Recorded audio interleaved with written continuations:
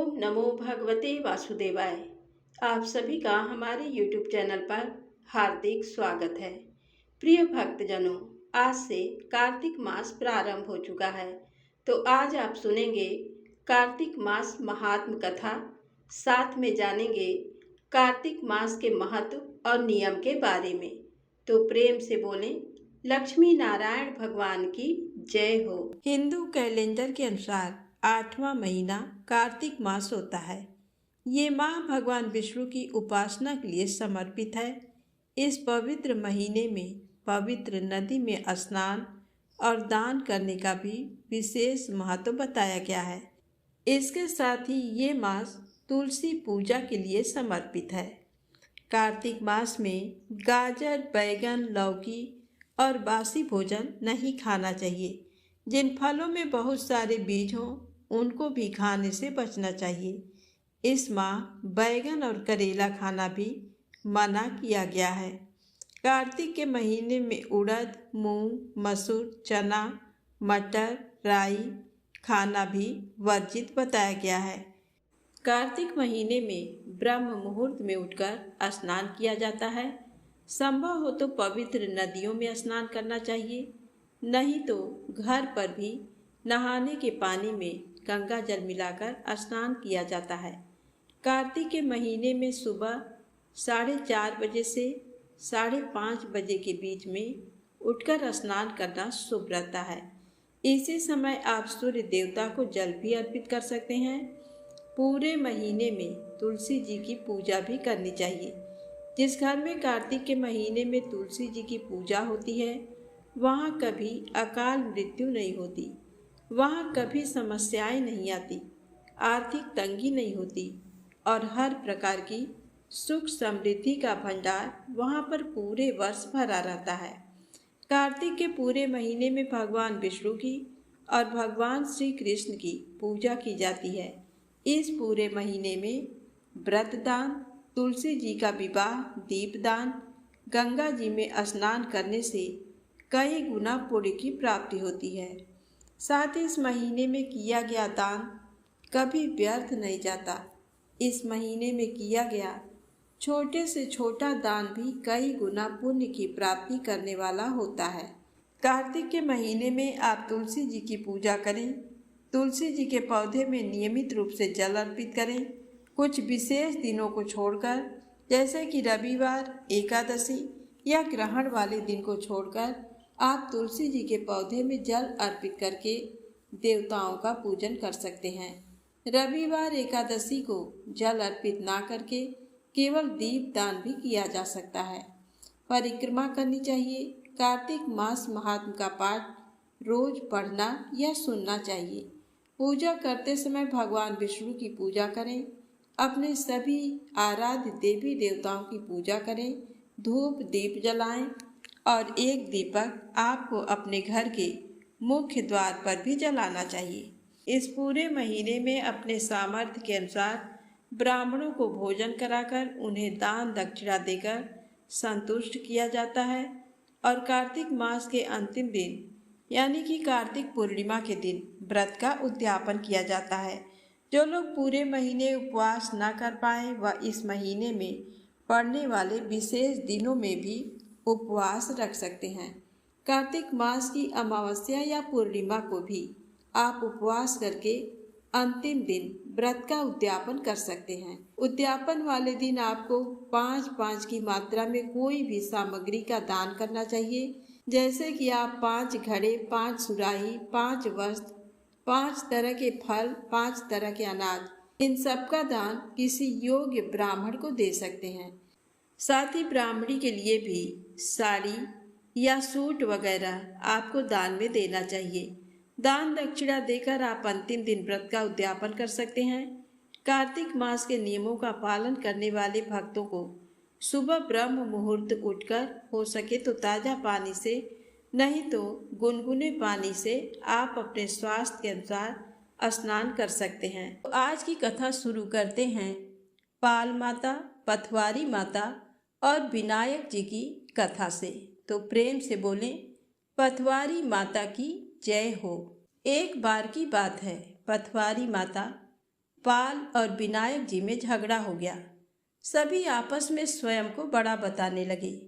इतने में एक ब्राह्मण का लड़का आया। पाल, पटवारी, गजानन जी ने उसे रोका और कहा, लड़के रुक जा और हमारा न्याय कर। लड़का बोला, मैं कल वापस आऊँगा तब न्याय करूँगा। घर आकर लड़के ने माँ से कहा, माँ मुझे कल पाल, पटवारी माता और विनायक जी का न्याय चुकाना है। तो माँ ने कहा, बेटा सबको बड़ा बता देना। दूसरे दिन लड़का वहाँ गया और बोला, पाल माता आप बड़ी हो, क्योंकि हर व्यक्ति आता है और स्नान ध्यान करके शुद्ध होकर जाता है और आप सबकी रक्षा करती हैं। हे पटवारी माता आप सबसे बड़ी हो, क्योंकि कितने भी तीर्थ धर्म ध्यान कर लें पर आपकी पूजा किए बिना उनका कार्य पूर्ण नहीं होता। आप जीवित को भी तारती हैं और मरने के बाद भी उद्धार करती हैं। तब लड़के ने पटवारी माता से कहा, पटवारी माता पथ की धरणी, इसलिए आप बड़ी हो। अब विनायक जी से लड़का बोला, सबसे पहले शुभ काम में आपको ही मनाया जाता है। आपको ध्याए बिना कोई काम सिद्ध नहीं होता है, इसलिए आप बड़े हो। पाल माता, पटवारी माता और विनायक जी लड़के की चतुराई से प्रसन्न हो गए और बोले, लड़के तुमने तो हम सबको ही बड़ा कर दिया। उसको सुखी रहने का आशीर्वाद दिया और जौ के दाने उसके अंगोछे में डाल दिया। लड़का सोचने लगा, ये तो घाटे का सौदा रहा। सारा दिन खराब कर न्याय किया और इतने से जौ मिले। उदास मन से घर आकर अंगोछा एक कोने में डाल दिया। माँ ने अंगोछा उठाया तो उसमें से हीरे मोती बिखर गए। तो माँ बोली, बेटा न्याय करके क्या लाया है? लड़का बोला, माँ कोने में जौ पड़ा है, देख ले। माँ वहाँ गई, देखा हीरे मोती का ढेर लगा है, हीरे मोती जगमगा रहे। तो माँ अत्यधिक प्रसन्न हो गई। माँ ने बेटे को बुलाया और कहा, बेटा आज तो पाल माता, पटवारी माता, विनायक जी भगवान हम पर प्रसन्न हुए हैं। हे भगवान, जैसे पाल माता, पटवारी माता और विनायक जी भगवान ने लड़के को दिया वैसा सबको देना। कहानी कहने सुनने हुंकारा भरने वालों को सुख समृद्धि धन धान्य देना। तो प्रेम से बोले, पटवारी माता की जय हो। अब आइए सुने कार्तिक स्नान से जुड़ी दूसरी पौराणिक कथा। किसी गांव में एक साहूकार था और उसका एक बेटा व बहू भी थे। बहू कार्तिक माह में रोज सवेरे उठकर गंगा स्नान के लिए जाती थी। सुबह जल्दी जाते समय वह किसी भी पराये पुरुष का मुंह नहीं देखती थी। एक राजा का बेटा भी सुबह सवेरे गंगा स्नान के लिए जाता था। वह हैरान होता कि मैं इतनी जल्दी उठता हूँ स्नान के लिए, लेकिन कोई है जो मुझसे भी जल्दी उठकर नहा लेता है। कार्तिक माह के 5 दिन बचे थे कि एक दिन साहूकार की बहू तो स्नान करके वापस जा रही थी और उस समय राजा का बेटा स्नान के लिए आ रहा था। आवाज़ सुनकर वह जल्दी जल्दी जाने लगी, लेकिन जल्दबाजी में उसकी माला मोजड़ी छूट गई। राजा के बेटे ने उसकी माला मोजड़ी उठा ली और सोचने लगा कि जिस स्त्री की ये माला मोजड़ी इतनी सुंदर है वह स्त्री कितनी सुंदर होगी। उसने पूरे गांव में मुनादी करवा दी कि जिसकी वह माला मोजड़ी है वह 5 रात मेरे पास आएगी। साहूकार के बेटे की बहू ने कहलवा दिया कि मैं 5 रात आऊँगी, लेकिन किसी को साग भरने बैठा देना। राजा के बेटे ने एक तोते को पिंजरे में बंद कर गंगा किनारे पेड़ पर टांग दिया। बहू सुबह के समय आई, पहली पैड़ी पर पैर रखा और बोली, हे कार्तिक के ठाकुर, राई दामोदर, 5 पांडु, 6 नारायण, भीखम राजा, उस पापी को नींद आ जाए। राजा के बेटे को नींद आ गई। बहू नहा धोकर चलने लगी तो तोते से बोली, सुआ सुआ तेरे गल डालूंगी हीरा, मेरी साख भरियो बीरा। सुआ बोला कि कोई बीर भी साग भरता है क्या? वह फिर बोली, सुआ सुआ सुबह तेरे पग घालूंगी नेवर, साग भरियो मेरे देवर। सुआ ने कहा, ठीक है भाभी, मैं तेरी साख रखूंगा। वह तो कहकर चली गई। राजा का बेटा हड़बड़ा कर उठा और सुआ से पूछा, सुआ सुआ, वह आई थी, कैसी थी? सुआ बोला, आभा किसी बिजली, होली किसी झल, केला किसी कामिनी, गुलाब का सा रंग। अगले दिन राजा के बेटे ने सोचा कि आज मैं अपनी उंगली में चीरा लगाऊंगा, इससे मुझे नींद नहीं आएगी। अगले दिन राजकुमार अंगुली चीर कर लेट गया। वह आई और भगवान से उसी तरह प्रार्थना करने लगी और राजकुमार को फिर नींद आ गई। वह स्नान करके फिर से वापस चली गई। सुबह राजकुमार ने तोते से फिर पूछा तो उसने वही सारी बातें दोहरा दी। अब राजकुमार बोला कि मैं आज रात में आँखों में मिर्ची डालकर बैठूंगा। रात में वह मिर्ची डालकर बैठ गया। बहू फिर आई और प्रार्थना की, जिससे उसे फिर से नींद आ गई। राजकुमार ने तोते से बहू के आने की बात पूछी। उसने फिर बता दी। राजकुमार अब फिर सोचने लगा कि आज मैं बिना बिस्तरे के ही बैठूंगा और रात को बिना बिस्तरे के बैठ गया। जब वह स्नान करने आई तो उसने फिर से भगवान से प्रार्थना की और राजकुमार को नींद आ गई। जब वह नहाकर जाने लगी तो आंख बंद करके चली गई। राजकुमार जब उठा तो वह जा चुकी थी। राजकुमार फिर सोच में पड़ गया और सोचने लगा कि आज मैं अंगीठी जलाकर बैठूंगा, जिससे नींद नहीं आएगी। फिर वह रात को अंगीठी रखकर बैठ गया। साहूकार की बहू आई और वह भगवान से प्रार्थना करने लगी कि आपने 4 रातें तो निकाल ली, अब ये रात और निकाल दो। भगवान ने उसकी बात रख ली और राजकुमार को नींद आ गई। जब वह नहाकर जाने लगी तो तोते से बोली कि इस पापी को कह देना कि 5 रातें पूरी हो चुकी हैं, वह मेरे मोतियों की माला मेरे घर भिजवा दे।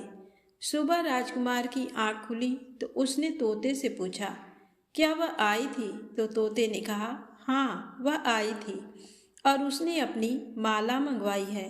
यह सुन राजकुमार सोचने लगा कि वह तो सच्ची थी, तभी तो भगवान ने भी उसका सत्य रखा। कुछ समय के बाद राजकुमार को कोढ़ हो गया। राजा ने ब्राह्मण को बुलाकर पूछा कि मेरे बेटे का शरीर क्यों जल रहा है। ब्राह्मण ने विस्तार से सारी बात राजा को बताई कि इसने क्या किया था। ब्राह्मण ने कहा कि इसने पतिव्रता स्त्री पर बुरी नज़र डाली, इसलिए ये इस रोग से पीड़ित हुआ है। राजा ने इसके ठीक होने का उपाय पूछा तो ब्राह्मण ने कहा कि ये उस साहूकार की बहू को धर्म की बहन बनाए और रोज उसके नहाए हुए जल से ये स्नान करे, तभी ठीक हो सकता है। राजा साहूकार की बहू की माला लेकर साहूकार के घर गया और बोला कि ये माला आपकी पुत्र वधू की है, इसे लें और आपकी बहू के नहाए हुए जल से मेरे बेटे को नहला दें। साहूकार बोला कि वह तो किसी पराये पुरुष का मुंह तक नहीं देखती, आप उसे इस नाली पर बिठा दीजिए। जब वह ऊपर नहाएगी तब नीचे इस नाली के पानी से आपका पुत्र नहा लेगा। राजकुमार ने ऐसा ही किया और कुछ समय बाद उसका शरीर चंदन सा हो गया। हे पंच भीखु देवता, जैसे आपने साहूकार की पुत्रवधू का सत्य रखा, वैसे ही सभी का रखना। प्रेम से बोले लक्ष्मी नारायण भगवान की जय हो। अब आइए सुने कार्तिक मास महात्म की कथा। स्तोत जी कहते हैं, एक समय की बात है, देवर्षि नारद कल्प वृक्ष के दिव्य पुष्प लेकर द्वारका में भगवान श्री कृष्ण का दर्शन करने के लिए आए। श्री कृष्ण ने स्वागत पूर्वक नारद जी का सत्कार करते हुए उन्हें पाद्य अर्घ्य निवेदन करने के पश्चात बैठने को आसन दिया। नारद जी ने वे दिव्य पुष्प भगवान को भेंट कर दिए। भगवान ने अपनी 16,000 रानियों में उन फूलों को बांट दिया। तदनंतर एक दिन सत्यभामा ने पूछा, प्राणनाथ, मैंने पूर्व जन्म में कौन सा दान, तप अथवा व्रत किया था जिससे मैं मृत्यु लोक में जन्म लेकर भी मृत्यु भाव से ऊपर उठ गई, आपकी अर्धांगिनी हुई। तब भगवान श्री कृष्ण ने कहा, हे प्रिय, एकाग्र चित्त होकर सुनो। तुम पूर्व जन्म में जो कुछ थी और जिस पुण्य कारक व्रत का तुमने अनुष्ठान किया था, वह सब मैं बताता हूँ। सतयुग के अंत में मायापुरी हरिद्वार के भीतर अत्रिकुल में उत्पन्न एक ब्राह्मण रहते थे, जो देव शर्मा नाम से प्रसिद्ध थे। वे वेद वेदांगों के पारंगत विद्वान, अतिथि सेवी, अग्निहोत्र परायण और सूर्य व्रत के पालन में तत्पर रहने वाले थे। प्रतिदिन सूर्य की आराधना करने के कारण वे साक्षात दूसरे सूर्य की भांति तेजस्वी जान पड़ते थे। उनकी अवस्था अधिक हो चली थी। ब्राह्मण के कोई पुत्र नहीं था, केवल एक पुत्री थी जिसका नाम गुणवती था। उन्होंने अपने चंद्र नामक शिष्य के साथ उसका विवाह कर दिया। वे उस शिष्य को ही पुत्र की भांति मानते थे और वह जितेंद्रीय शिष्य भी उन्हें पिता के ही तुल्य समझता था। एक दिन वे दोनों गुरु शिष्य कुश और समिधा लाने के लिए गए और हिमालय के शाखाभूत पर्वत के वन में इधर उधर भ्रमण करने लगे। इतने में ही उन्होंने एक भयंकर राक्षस को अपनी ओर आते देखा। उनके सारे अंग भय से कांपने लगे। वे भागने में भी असमर्थ हो गए। तब तक उस काल रूपी राक्षस ने उन दोनों को मार डाला। उस क्षेत्र के प्रभाव से तथा स्वयं धर्मात्मा होने के कारण उन दोनों को मेरे पार्षदों ने वैकुंठ धाम में पहुंचा दिया। उन्होंने जो जीवन भर सूर्य पूजन आदि किया था, उस कर्म से मैं उनके ऊपर बहुत संतुष्ट था। सूर्य, शिव, गणेश, विष्णु तथा शक्ति के उपासक भी मुझे ही प्राप्त होते हैं।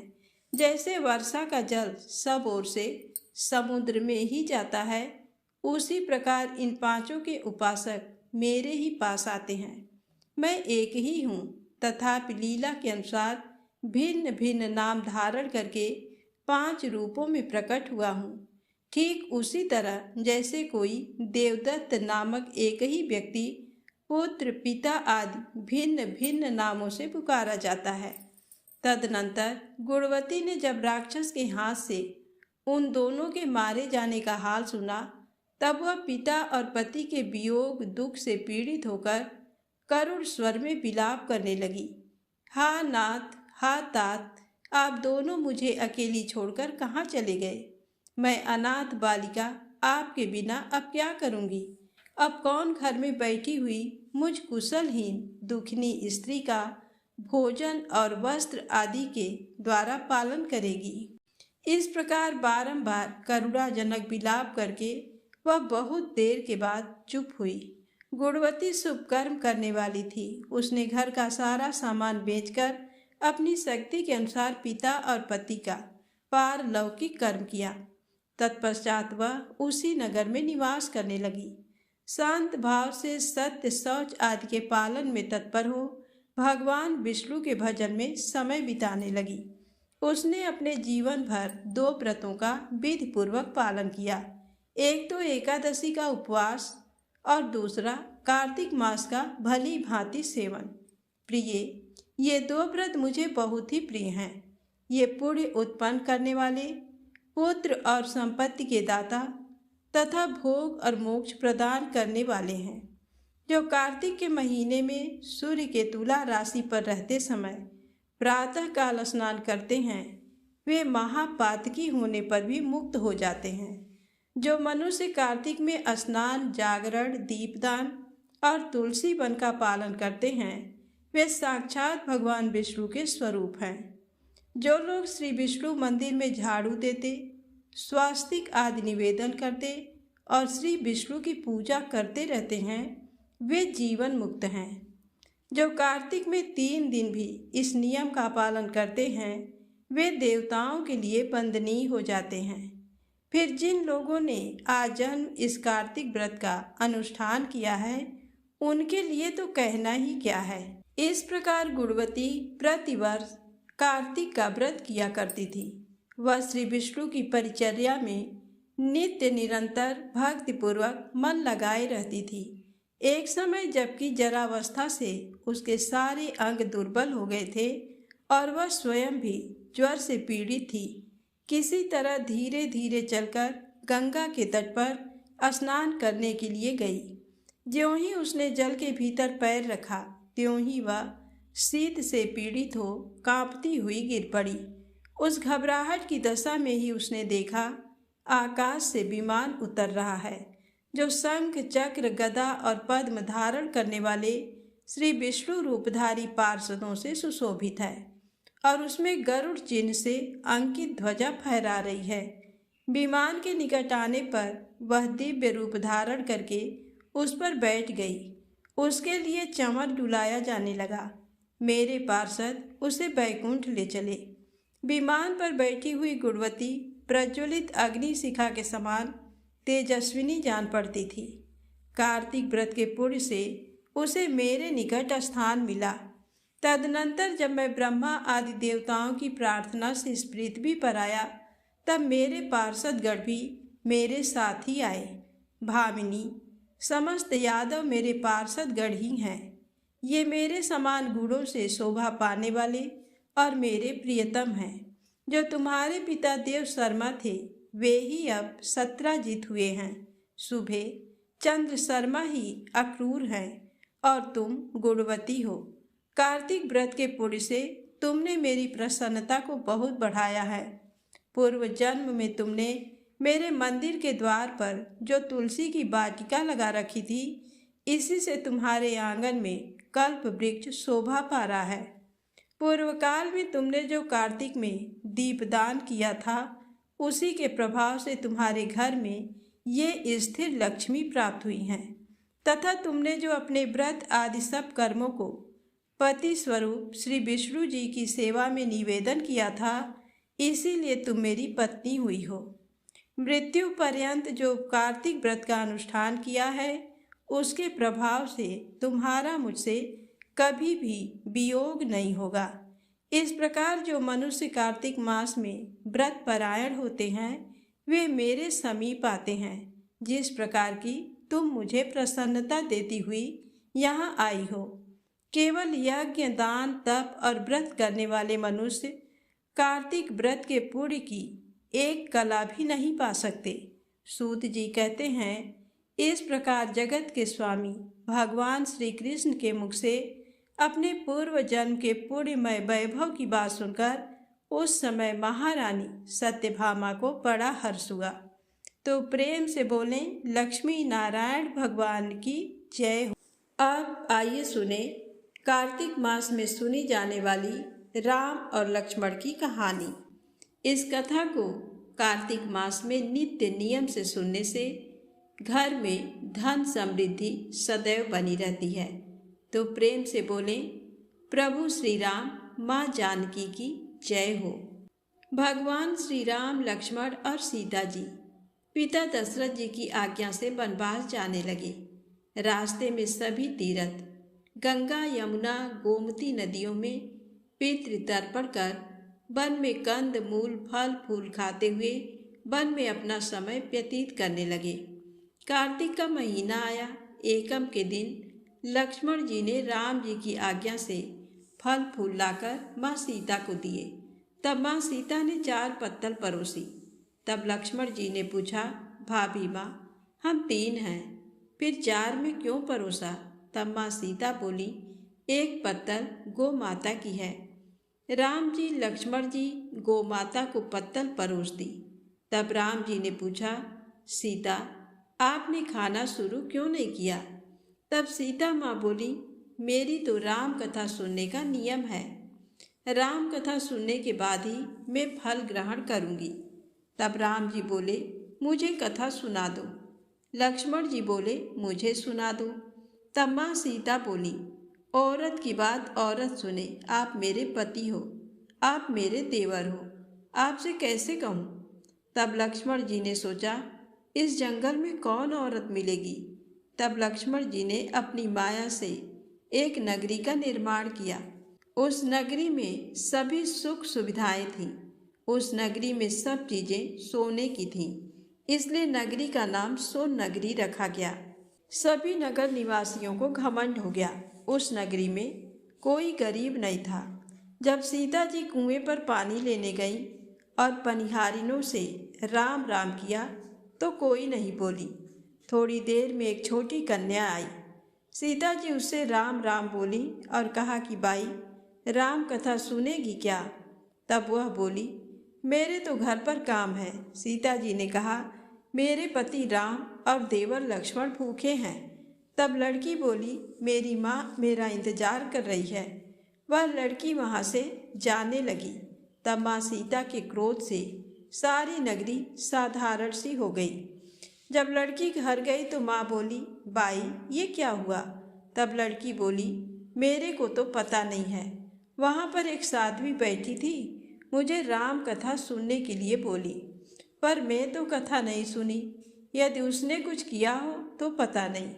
तब उसकी माँ ने उसको वापस जाकर कथा सुनने को कहा। लड़की ने वापस जाकर कथा सुनने से मना कर दिया। तब उसकी बहू बोली, आपकी आज्ञा हो तो मैं कहानी सुनकर आती हूँ। जब बहू कुएं पर गई तो पानी भरे और खाली करे। तब सीता जी ने कहा, आपके घर पर कुछ काम नहीं है क्या? तब वह बोली, माता जी, मैं तो सारा काम करके आई हूँ। तब माँ सीता बोली, तूने मुझे माँ कहकर बुलाया। यदि तुझे समय हो तो मेरी राम कहानी सुन लो। तब वह बोली, माता जी, कहानी सुनाओ, मैं प्रेम से कहानी सुनूंगी। तो माता सीता ने कहानी कहना शुरू किया। चंदन चौकी मोतिया हार, राम कथा मारे हिवड़े रो आधार। राम कथा सुनाऊं, राम ने मनाऊं, राम कहे तो प्रदेश में जाऊं। सीता जी ने कहा, हे बाई, तूने मेरी मृत्यु लोक में मदद करी, भगवान तेरी स्वर्ग लोक में रक्षा करेंगे। सीता जी ने राम कथा सुनाई। बाई ने कथा सुनी।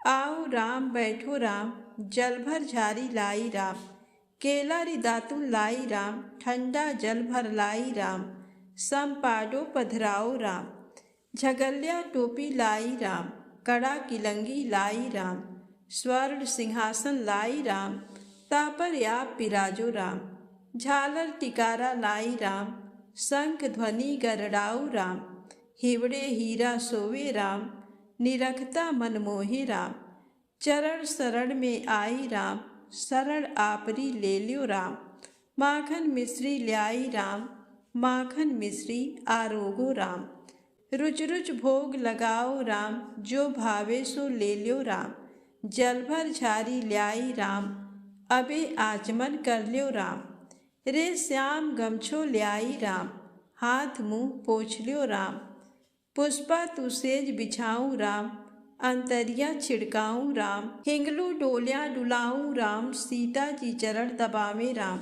सुखभर सेज पौढ़ो राम, हाजर पंखा ढोलू राम, तुझ में राम मुझ में राम, रोम रोम में राम ही राम, घट घट में बिराजो राम, मुख में तुलसी बोलो राम, खाली मिजाज काई काम, जब बोलो जब राम ही राम, बोलो पंछी राम राम, पूर्ण होवे मंगल काम। राम कथा पूर्ण हुई तो सीता जी ने कहा, हे भाई, तूने मेरी राम कथा सुनी, मेरी सहायता की। राम जी और लक्ष्मण जी को जिमाया है, भगवान तेरी भी रक्षा करेंगे, तुझे स्वर्ग का सुख मिलेगा। सीता माता ने उपहार स्वरूप अपने गले का हार दे दिया। जब वह घर गई तो उसके मटका सब सोने के हो गए। सासू जी ने कहा, ये सब तू कहाँ से लाई? बहू ने कहा, माँ, मैं सीता जी से राम कथा सुनी, ये इसी का फल है। सासू जी ने कहा, प्रतिदिन राम कथा सुनाना। बाई को राम कथा सुनते बहुत दिन हो गए। तब उसने माँ सीता से पूछा, इसका उद्यापन विधि बतलाओ। तब सीता जी ने कहा, 7 लड्डू लाना, 1 नारियल लाना, उसके 7 भाग करना, 1 भाग मंदिर में चढ़ाना जिससे मंदिर बनवाने जितना फल होता है, 1 भाग सरोवर के किनारे गाड़ देना जिससे सरोवर खुदवाने जितना फल होता है, 1 भाग भगवत गीता पर चढ़ाना जिससे भगवत गीता पाठ करवाने जितना फल होगा, 1 भाग तुलसी माता पर चढ़ाना जिससे तुलसी विवाह जितना फल होगा, 1 भाग कुंवारी कन्या को देवे जिससे कन्या विवाह जितना फल होगा, 1 भाग सूरज भगवान को चढ़ाना जिससे 33 करोड़ देवी देवता को भोग लगाने जितना फल होगा। अब उसने विधि पूर्वक उद्यापन कर दिया। माता सीता के पास आई और कहा, माता, मैंने तो विधि पूर्वक उद्यापन कर दिया। माता ने कहा, अब 7 दिन के बाद वैकुंठ से विमान आएगा। 7 दिन पूरे हुए, विमान आया तो बहू ने कहा, सासू जी, स्वर्ग से विमान आया है। तब सासू जी ने कहा, बहू, तेरे ससुर जी को व मेरे को भी ले चल, तेरे माता पिता को ले चल, सारे कुटुंब परिवार को ले चल, अड़ोसी पड़ोसी को ले चल। बहू ने सबको बिठा लिया, पर विमान खाली था। थोड़ी देर में उसकी ननद आई और देखते ही देखते विमान भर गया। तब बहू ने माता सीता से कहा, हे माता, नंद बाईसा को भी बिठा लो। पर माँ सीता ने कहा, इसने कभी कोई धर्म पुण्य नहीं किया। तब बहू ने कहा, ननद जी, आप पहले कार्तिक मास में राम लक्ष्मण की कथा सुनना, उसके बाद आपके लिए वैकुंठ से विमान आएगा। गांव के सारे लोग एकत्र हो गए और पूछने लगे, बाई, तूने ऐसा कौन सा धर्म पुण्य किया? गीता भगवत गीता के पाठ किए, हमें भी बताओ। तब बाई ने कहा, मैंने तो माता सीता से प्रतिदिन राम कथा सुनी और नियम से उद्यापन किया। तब समस्त ग्रामीण राम कथा सुनने की जिद करने लगे। तब बाई राम कथा कहने लगी और सब नर नारी सुनने लगे। राम कथा संपूर्ण होते ही समस्त नगरी सोने की हो गई। बाई ने कहा, जो कोई राम कथा सुनेगा उसको मेरे समान ही फल मिलेगा। सब राम लक्ष्मण जी की जय जयकार करने लगे और विमान स्वर्ग में चला गया। 7 स्वर्ग के दरवाजे खुल गए। पहले द्वार पर नाग देवता, समस्त देवी देवता पुष्प वर्षा करने लगे। देवताओं ने पूछा कि तूने क्या पुण्य किया? तब उसने कहा, मैंने तो राम लक्ष्मण जानकी की कहानी सुनी। तो समस्त देवताओं ने कहा, वर मांग। तब उसने कहा, मेरे तो सब सिद्धियां हैं, मुझे ये वर दो कि जो भी श्रद्धा व भक्ति से राम कथा, राम लक्ष्मण जानकी की कहानी सुनेगा उसको मेरे समान ही फल मिले। सभी देवताओं ने पुष्पों से वर्षा करते हुए तथास्तु कहा। चारों ओर राम की जय जयकार होने लगी। तो प्रेम से बोले, जय श्री राम, जय माँ जानकी।